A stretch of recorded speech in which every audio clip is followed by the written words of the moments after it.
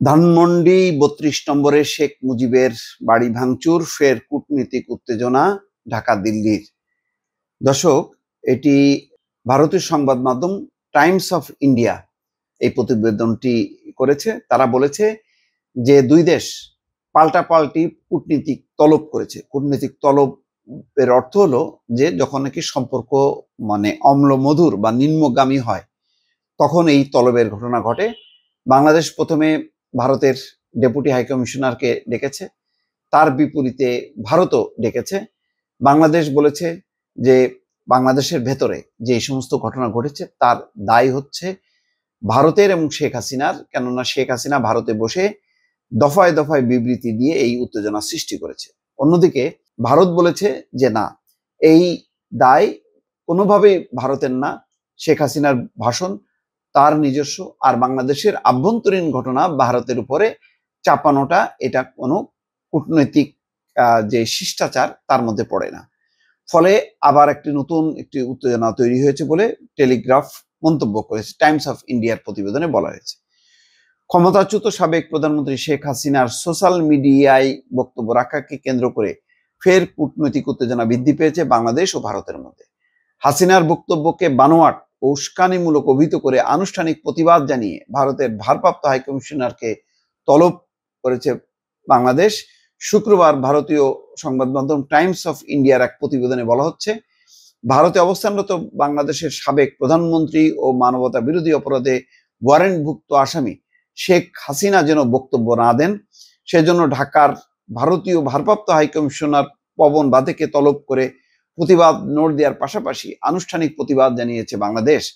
এতে করে ঢাকা ও দিল্লির মধ্যে কূটনৈতিক উত্তেজনা আবারও বেড়েছে। প্রতিবেদনে আরো বলা হচ্ছে, ছাত্র জনতার ব্যাপক আন্দোলন এবং গণবিপ্লবের মুখে গত বছর 5ই আগস্ট প্রধানমন্ত্রীর পদ থেকে পদত্যাগ করে দেশ ছেড়ে ভারতে পালাতে বাধ্য হন শেখ হাসিনা। সম্প্রতি ফেসবুক লাইভে তিনি বক্তব্য দেন, আর এটিকে কেন্দ্র করে ঢাকার ধানমন্ডির 32 নম্বরে শেখ মুজিবের বাড়িতে হামলা, ভাঙচুর, অগ্নিসংযোগ করেন বিক্ষুব্ধ ছাত্র জনতা। ভারতীয় ভারপ্রাপ্ত হাইকমিশনের কাছে দেয়া প্রতিবাদ নোটে বাংলাদেশের পররাষ্ট্র মন্ত্রণালয় গভীর উদ্বেগ, হতাশা এবং গুরুতর আপত্তি প্রকাশ করেছে। হাসিনার বিদ্বেষপূর্ণ বক্তব্য, বিবৃতি ঢাকা দিল্লির মধ্যে সুস্থ সম্পর্ক গড়ে তোলার জন্য সহায়ক নয় বলে উল্লেখ করা হয়েছে এতে। এছাড়া ভারতে থাকাকালীন সামাজিক যোগাযোগ মাধ্যম এবং অন্যান্য যোগাযোগ চ্যানেলে মাধ্যমে হাসিনাকে মিথ্যা উস্কানিমূলক বক্তব্য দেয়া থেকে বিরত রাখা, পারস্পরিক শ্রদ্ধা ও বোঝাপড়ার মনোভাব নিয়ে অবিলম্বে এবং যথাযথ পদক্ষেপ নেওয়ার জন্য ভারতকে আহ্বান জানিয়েছে বাংলাদেশের পররাষ্ট্র মন্ত্রণালয়। এই ঘটনাটা ভারত যে যথাযথভাবে গ্রহণ করেনি তার প্রমাণ হচ্ছে যে আজকে বাংলাদেশের ভারপ্রাপ্ত হাইকমিশনারকে ডেকে নিয়ে তারা পাল্টা প্রতিবাদ করেছে এবং বলেছে যে শেখ হাসিনার বক্তব্য তার নিজস্ব ভাষণ, এটি ভারতের কোনো বক্তব্য নয় এবং বাংলাদেশের আভ্যন্তরীণ ঘটনা, এটা বাংলাদেশের সাথে জড়িত, ভারতের সাথে এটা কোনোভাবে সম্পৃক্ত না। সুতরাং এই বিষয়গুলি যদি উত্থাপন করা হয় তাহলে দুই দেশের যে সম্পর্ক উন্নয়নের যে প্রতিশ্রুতি, সেই প্রতিশ্রুতি ধাক্কা খাবে, এর উপর প্রভাব ফেলবে।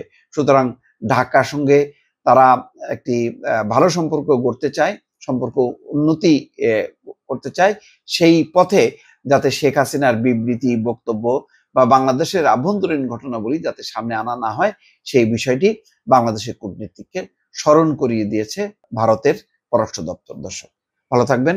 আল্লাহ হাফেজ।